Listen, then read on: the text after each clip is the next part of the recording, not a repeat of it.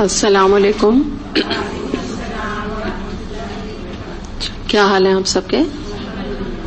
الحمدللہ.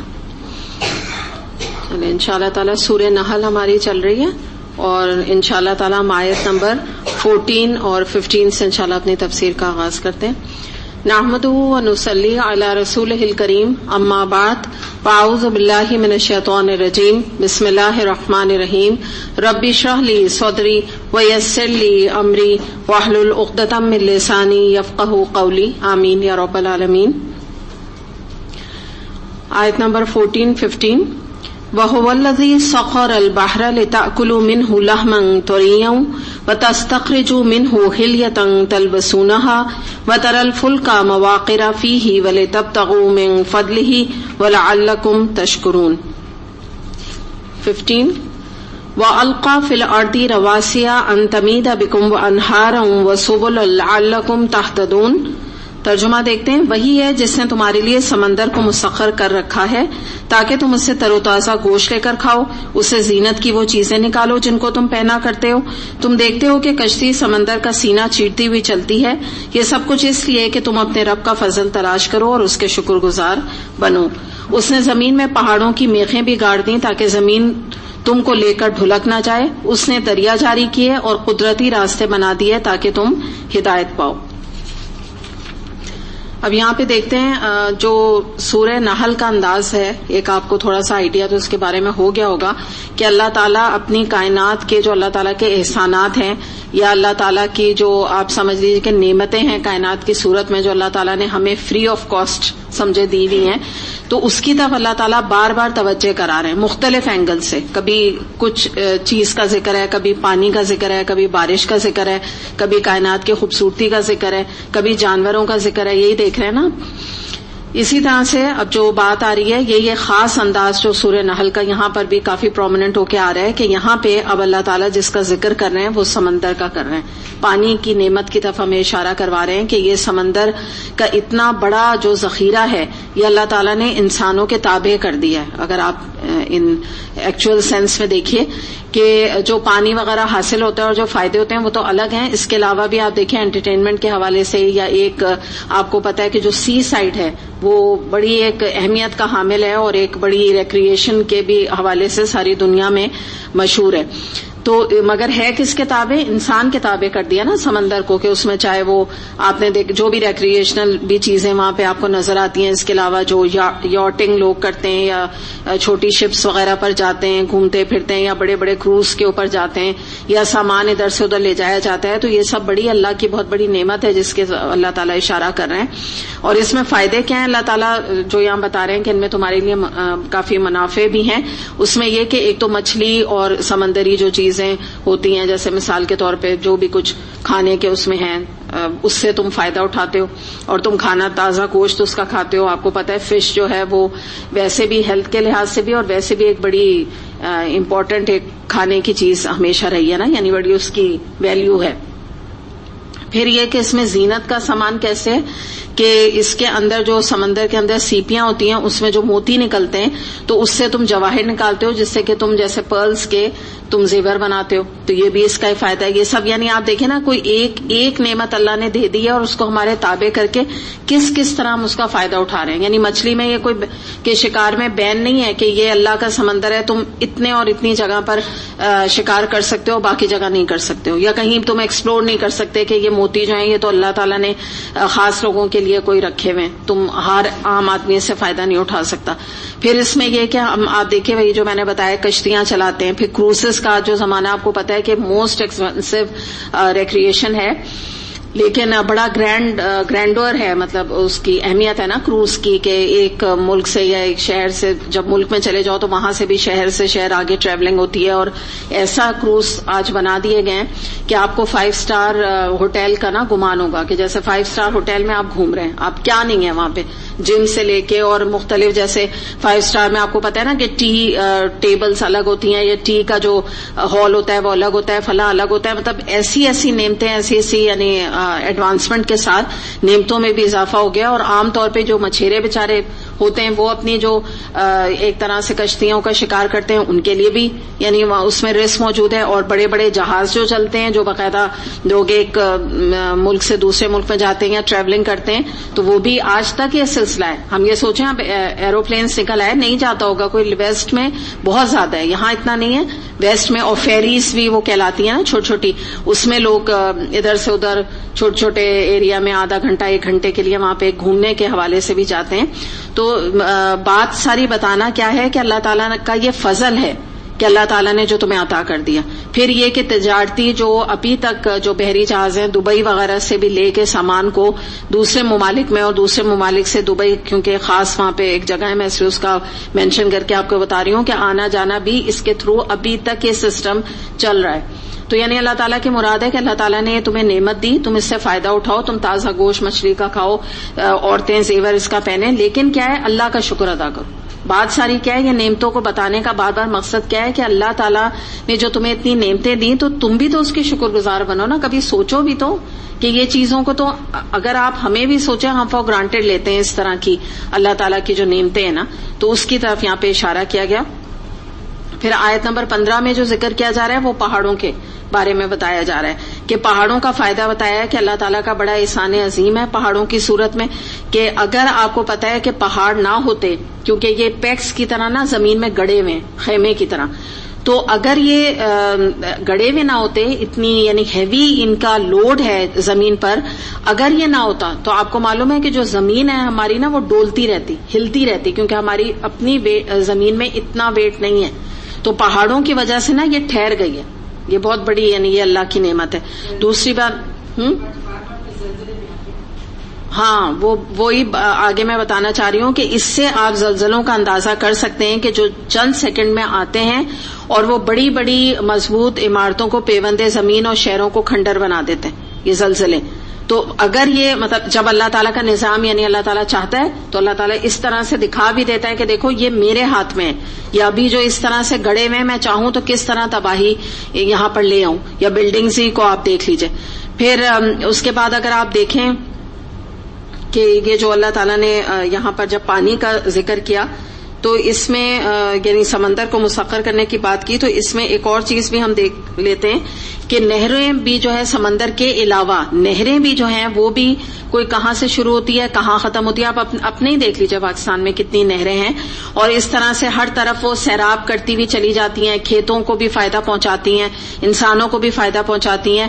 اور بعض دفعہ ان کے ذریعے سے یعنی ان راستوں پہ چل کے لوگ جو گاؤں کے لوگ ہوتے ہیں یا عام لوگ ہوتے ہیں وہ اس سے اپنا رستہ بھی پاتے ہیں. ہم تو شہر میں رہتے ہیں نا, لیکن گاؤں میں زیادہ اریگیشن سسٹم اور نہروں کا سسٹم ہوتا ہے. تو یعنی کیوں اس کو اتنی ڈیٹیل میں بات کی جا رہی ہے کیونکہ اللہ تعالیٰ ہر آیت کے بعد یہی فرماتے ہیں نا کہ اس میں یعنی یا تو تم شکر گزار بنو ان چیزوں کو یاد کر کے, یا تمہارے لیے اس میں ایک سبق ہے غور و فکر کرنے کے لیے.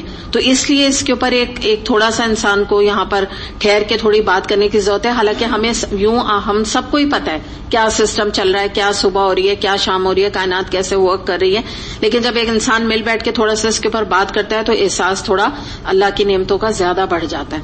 پھر آیت نمبر 16 ہم دیکھتے ہیں,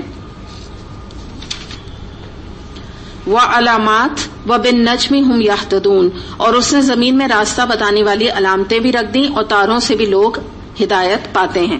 اب یہاں کیا مراد ہے کہ زمین میں راستہ بتانے کی علامات رکھ دیں, یعنی مراد یہ ہے کہ کیونکہ یہاں پہ ذکر کیا جا رہا ہے تاروں کا, تو مراد یہ ہے کہ یہ ایک قدیم اور جدید طریقہ ہے, آج بھی ہے اور بہت پہلے بھی تھا, کہ ایک تاروں کا ایک فطری نظام موجود تھا جس سے کہ صحرا ہو گیا, سمندر ہو گیا, تو وہ لوگ جو ہے نا ستاروں کے ذریعے سے راستہ پاتے تھے. پہلے صحرا میں خاص طور پہ جب اندھیرا ہوتا تھا تو وہ اس سے وہ ایک گائیڈ لائن لیتے تھے.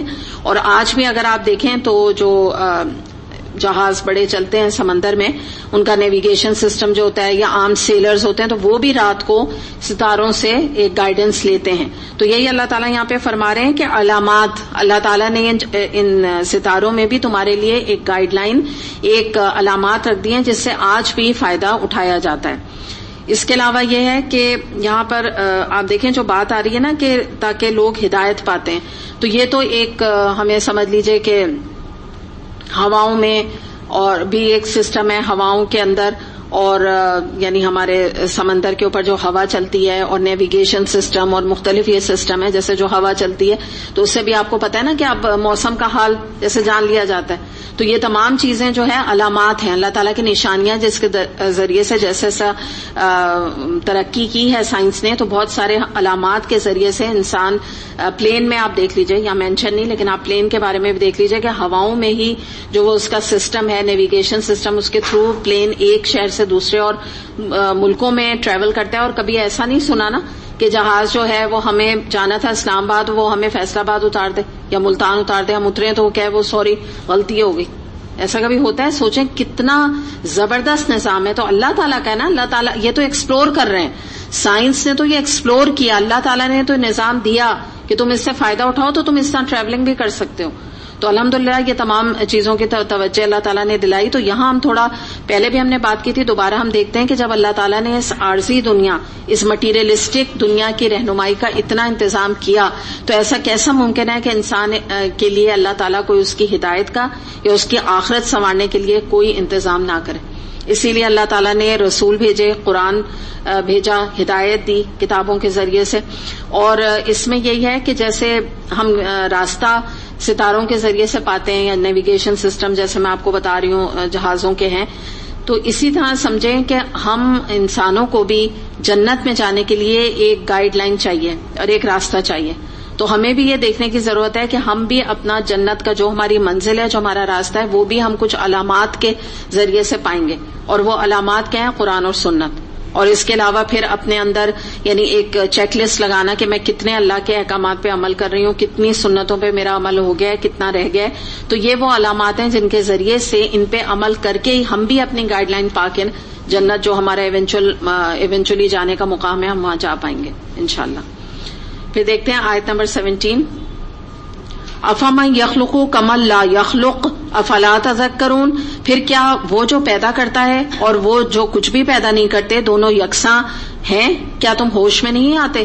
اب اللہ تعالیٰ بالکل ایک چھوٹا سا سوال ہے جو اللہ تعالیٰ کر رہے ہیں کہ یہ جتنی بھی نعمتیں ہیں جو ابھی آپ کے سامنے ذکر کیا، اس سے توحید کی اہمیت کو بھی اجاگر کیا جا رہا ہے. یعنی مراد کیا، اگر آپ سمجھے نا، یہ جو آیتیں بار بار آ رہی ہیں پلٹ پلٹ کے آپ نے خاص نوٹ کر رہے ہوں گے، تو وجہ کیا ہے کہ اللہ تعالیٰ یہ بتانا چاہ رہے ہیں کہ بتاؤ کیا یہ ان چیزوں کے پر غور کرو، کیا میرے علاوہ بھی کوئی ہستی ہے جو تمہیں یہ تمام چیزیں فراہم کر رہی ہے، یا تمہیں یہ فیسلیٹیٹ کر رہی ہے، یا تمہارے لیے یہ آسانیاں پیدا کر رہی ہے، یا تمہارے ایستھیٹک سینس کا خیال کر رہی ہے، یا تمہیں ٹریولنگ میں مدد کر رہی ہے؟ بتاؤ اگر کوئی ایسی ہستی ہے.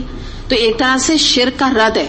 انڈر لائن اگر آپ سمجھیں نا تو بات ساری یہ ہے کہ اللہ تعالیٰ بتانا یہ چاہ رہے ہیں کہ پورے کائنات کا مالک اللہ تعالیٰ ہے، خالق اللہ تعالیٰ ہے. اس کو چھوڑ کر اگر تم کسی کی عبادت کرتے ہو یا تم کر رہے ہو، یعنی جیسے مشرکین کا معاملہ تھا، یا آج آپ سمجھ لیجئے کہ قبر پرستی ہے، تو اللہ تعالیٰ سوال کریں کیا انہوں نے کچھ پیدا کیا ہے؟ سوچو تم، کیا قبر والوں نے کوئی چیز پیدا کی؟ کیا انہوں نے یہ سسٹمز بنائے؟ کیا انہوں نے تمہیں گائیڈ لائن دی کہ یہ تم اس طرح سے جہاز کو اڑاؤ تو وہ زمین پہ نہیں گر پڑے گا ایسے؟ بلکہ یہ تو خود اللہ کی تخلیق ہیں جو انسان ہے. ٹھیک ہے نا، قبر والے بھی ہو گئے یا کوئی بھی پہلے بھی سمجھ لیجئے کہ جو بت تھے ان کے، تو ان کے بیسکلی وہ کوئی بزرگ تھے نا، ان کو ہوتے تھے جن کو یہ بعد میں بت میں بنا دیتے تھے، تو وہ سب اللہ کی مخلوق ہیں. تو یہاں پہ اللہ تعالیٰ ایک شکوہ فرما رہے ہیں کہ بھلا خالق اور مخلوق دونوں برابر کیسے ہو سکتے ہیں؟ یہ تم کیسے اندازے لگا رہے ہو نا؟ تمہیں ہوا کیا ہے؟ تم کیا سوچتے نہیں ہو کہ تم ایک معبود کو، ایک پیدا کرنے والے کو اس کی پیدا کی ہوئی ہستی کے برابر لا کے کھڑا کر رہے ہو؟ تو آپ اور میں بھی تھوڑا سا سوچیں نا، اس کے بارے میں غور کریں کہ صرف جو ہے وہ بت پرستی اور مزار پرستی جو ہے یہی تو خالی شرک نہیں ہے نا، شرک عملی بھی ہے. یہ تو توحید وغیرہ جو ہے یہ شرک عقیدے کا شرک ہے، لیکن ایک جو ہے عملی بھی تو شرک ہے نا جو ہم اپنی زندگی میں کرتے ہیں. کیا مثال ہے اس کی بتائیے آپ لوگ، کیا عملی شرک کی مثال ہے؟ جی، اللہ کی ہدایات جمع نہیں کرتے، لوگوں سے ڈرتے ہیں، تو یہ بھی ایک طرح کا شرک ہی ہوا کہ ہم اپنے اللہ کی عبادت وہ نہیں کر رہے ہیں، ہدایات جمع نہیں کر رہے، لوگوں سے ڈر کے یا اپنی نفس کی خواہش میں. بالکل شاباش. دو طرح کے آپ نے مینشن کیے، ایک ہو گیا شرک فی النفس جو انہوں نے کہا، بینا نے کہ ایک یہ کہ اپنے نفس کو اللہ کا برابر قرار دے دینا کہ جو میرا جی میں آئے میں کروں. دوسرا جو انہوں نے مینشن کیا لوگوں کا ڈر, یہ کس کے اندر آتا ہے؟ شرک فی الحب, لوگوں کی محبت میں ڈر, یا آپ محبت بھی اس کو کر سکتے ہیں. شرک فی الحب, شرک فی الذات, اور شرک فی جو ذات کا میں نے اب ذکر کیا. ذات کیا ہے کہ جیسے مثال کے طور پہ جو ہے یہی آپ اس میں عیسیٰ علیہ السلام والا معاملہ بھی لا سکتے ہیں کرسچنس کا, کہ عیسیٰ علیہ السلام کو اللہ کے برابر قرار دے دینا.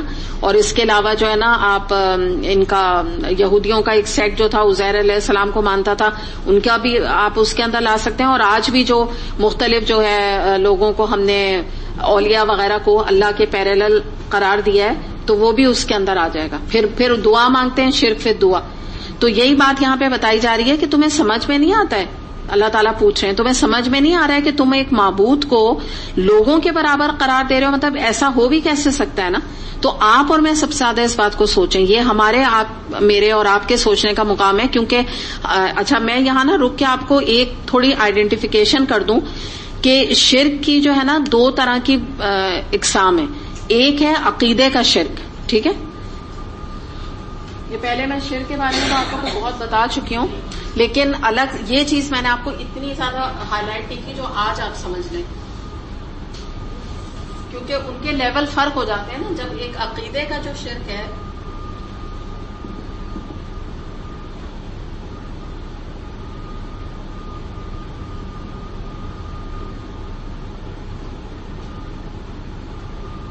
ٹھیک ہے, عقیدے کا شرک, اور دوسرا ہو گیا عملی شرک.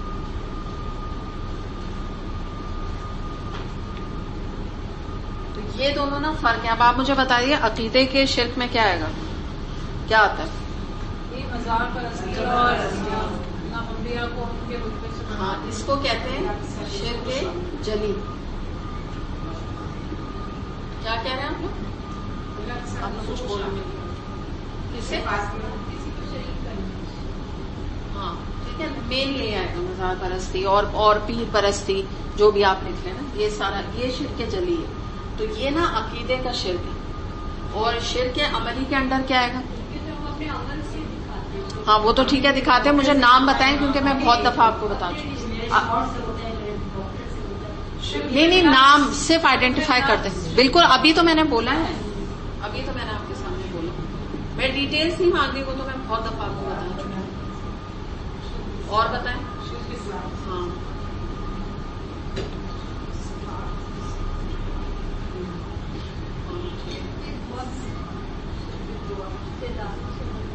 دعا جو ہے نا وہ اس میں آئے گا عقیدہ, ٹھیک ہے. عقیدہ خراب ہے, شرک فی دعا یہاں آئے گا.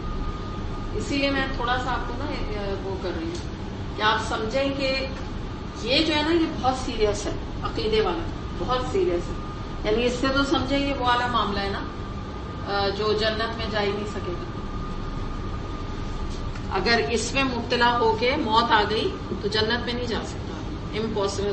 یعنی ساری عمر نکالا بھی نہیں جائے گا یعنی دوزخ سے مسلمان ہو کے بھی. تو یہ بہت سیریس ہے, ٹھیک ہے.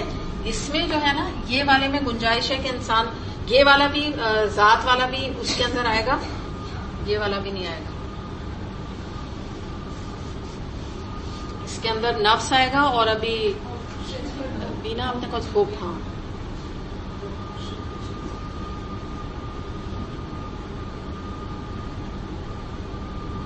اور یہ والا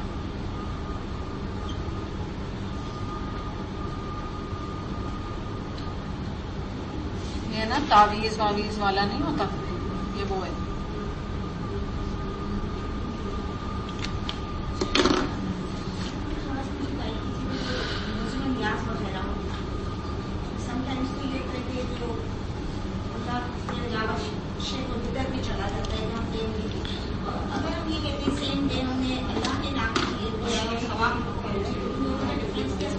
مرنے کے کسی کے مرنے کے موقع پہ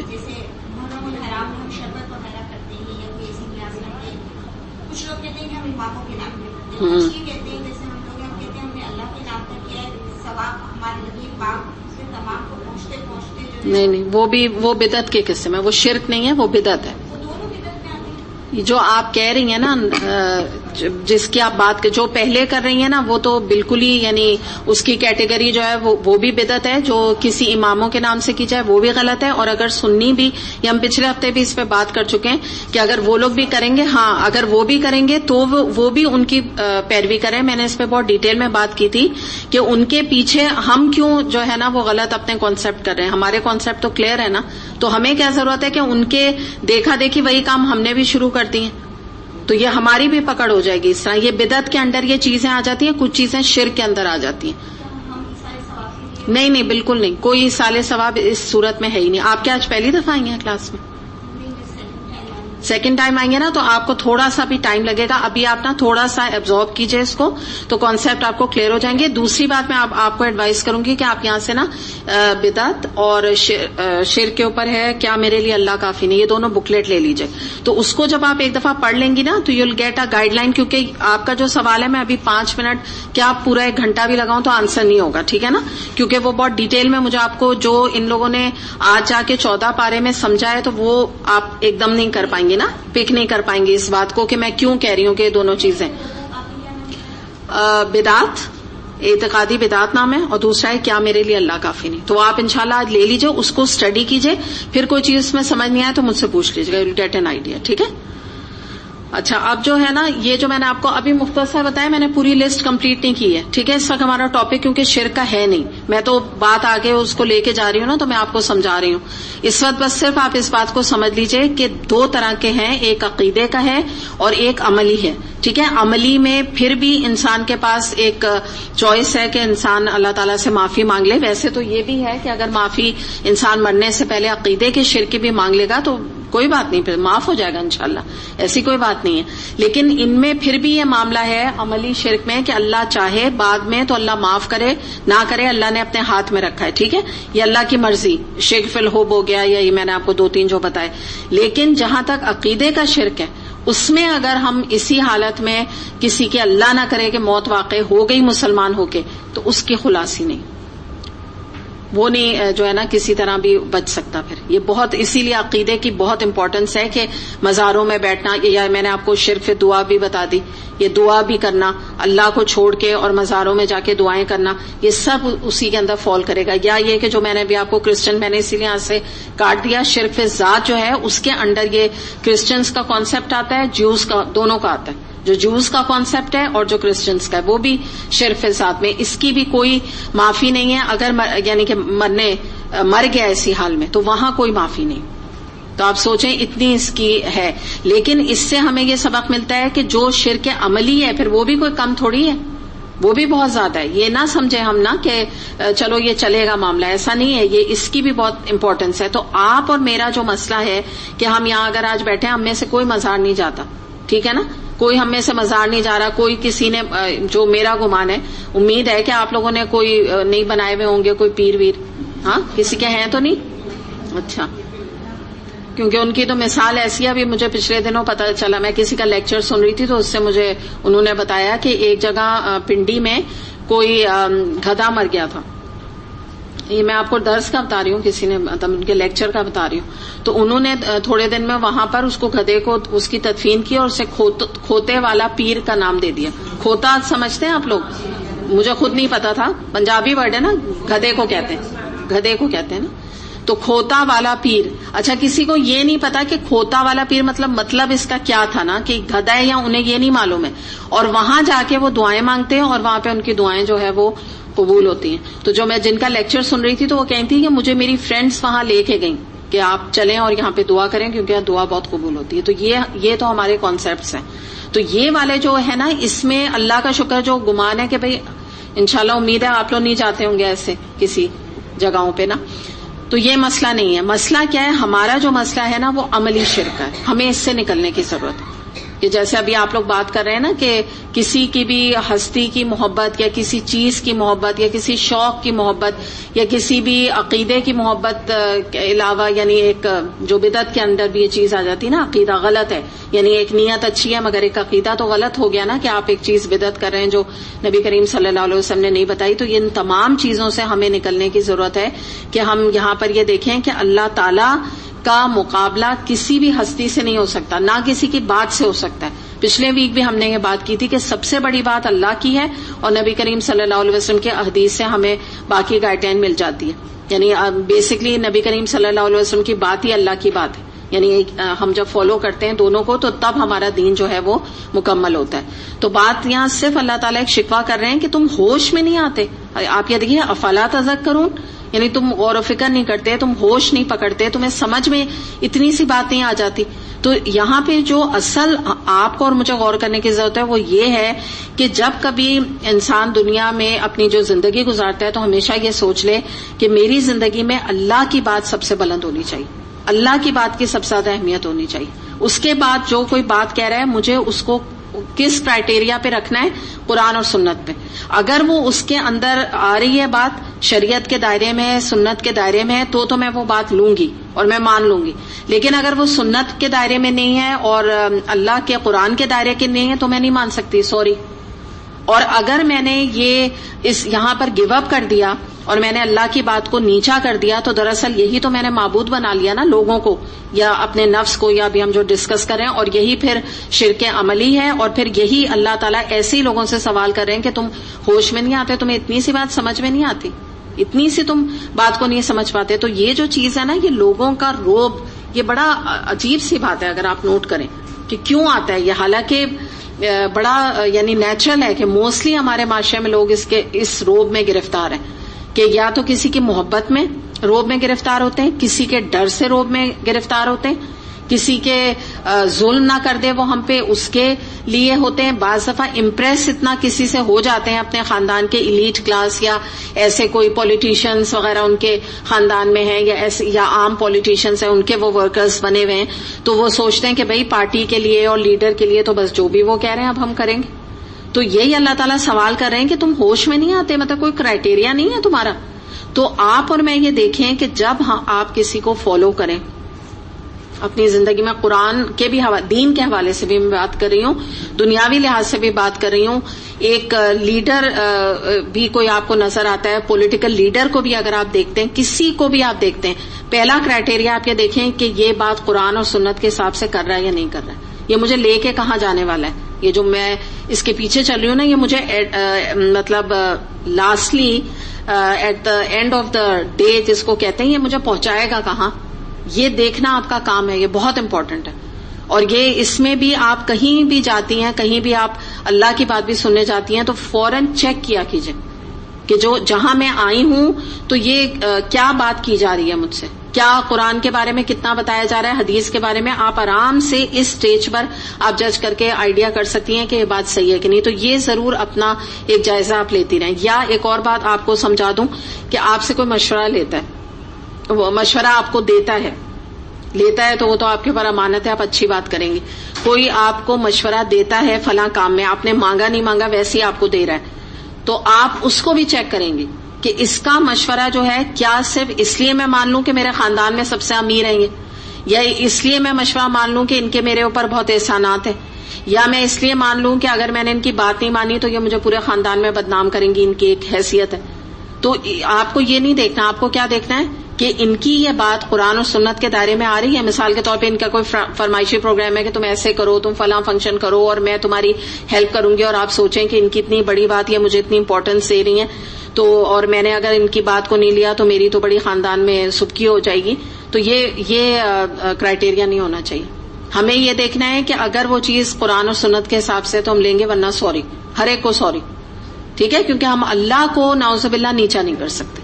تو یہ جو ہے عملی شرک، یہ بہت مشکل ہے، آپ یقین کریں.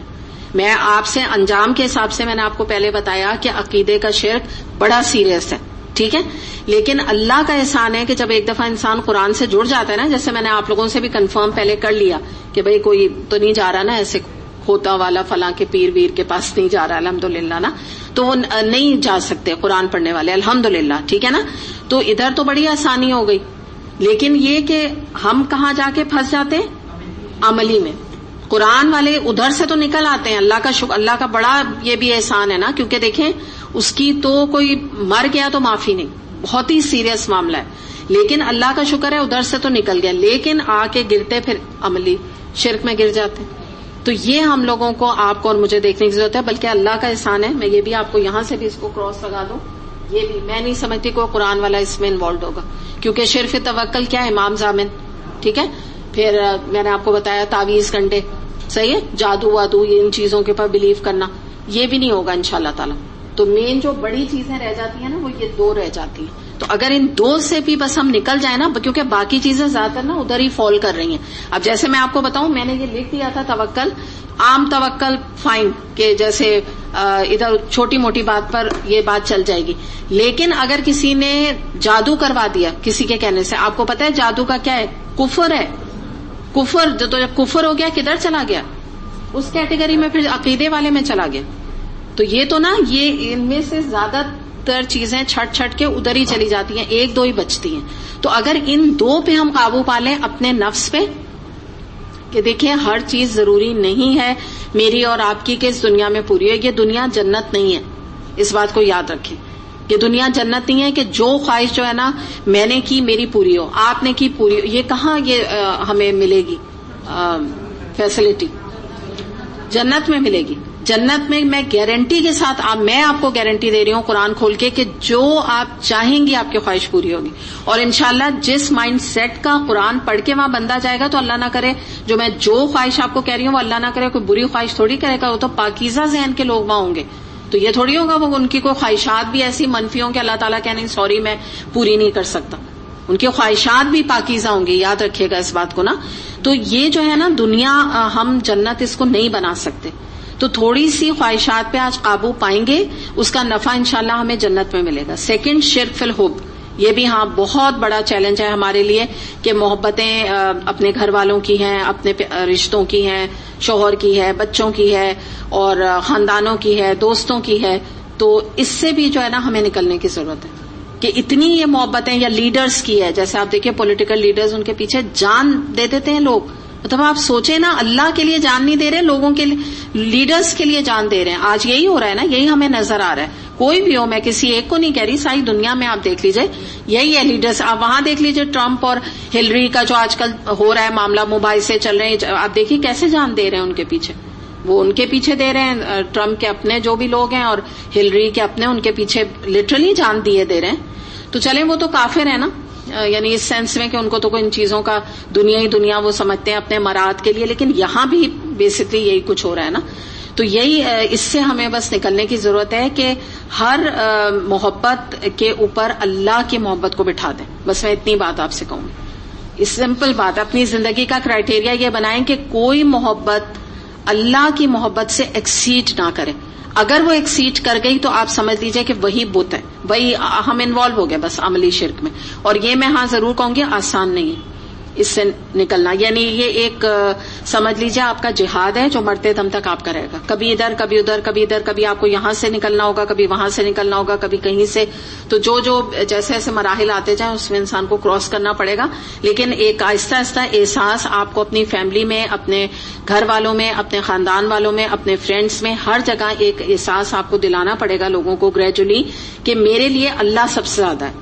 تو میں مجبور ہوں, میں یہ کام نہیں کر سکتی, میں اللہ کے آگے مجبور ہوں. تو گریجولی لوگ آپ کی مجبوری کو انڈرسٹینڈ کر لیں گے. آپ بنے تو اللہ کو اونچا کرنے والے, اللہ آپ کی مدد کرے گا انشاءاللہ. ایک وقت ایسا آئے گا لوگ آپ کو سمجھ لیں گے, ہاں یہ مجبور ہیں, یہ مہندی میں نہیں آئیں گے, یہ نکاح میں آ جائیں گے, یا آ جائیں گی, ٹھیک ہے اس دن نہیں آئیں گی. آپ کو ایکسپٹ کریں گے لوگ, یقین کریں. آپ کا جو یہ ہے نا کہ آپ جب کہیں گی نا نہیں دیکھو میں قرآن پڑھتی ہوں, میں اللہ سے ڈرتی ہوں, میں نہیں کر سکتی, تو وہ آپ کے ساتھ نا آپ کو ایز اٹ از قبول کر لیں گے, ایکسپٹ کر لیں گے.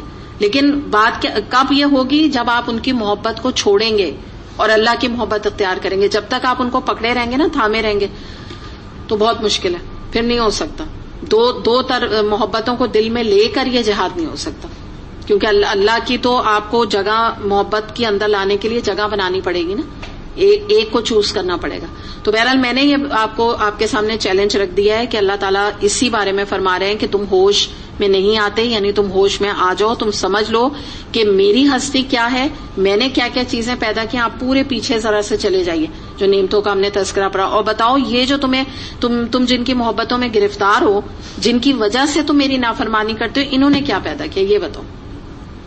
کیا دیا دنیا میں تمہیں, کیا دیتے ہیں؟ کیا تمہارے گھر ان سے چل رہا ہے؟ تمہیں کپڑے یہ فراہم کرتے ہیں، تمہارے بچوں کی فیسیں یہ بھر رہے ہیں، یہ شادیاں کراتے ہیں تمہارے بچے کی، پھر بھی تم ان کی محبت میں گرفتار ہو. اور زیادہ تر آپ دیکھیے جو فرینڈز کا ہوتا ہے پریشر، پیئر پریشر، تو وہ تو ایلیٹ کلاس سے، وہ بھی اتنی امیر، وہ بھی اتنی امیر. مثال کے طور پہ تو کوئی پیسے کا لین دین تھوڑی ہوتا ہے، صرف امپریس ہوتے ہیں کہ انہوں نے اتنا کیا تو ہم ان سے کیسے کم خرچہ کر لیں. مثال کے طور پہ کمپٹیشن یا اس طرح کی چیز ذہن میں ہوتی ہے.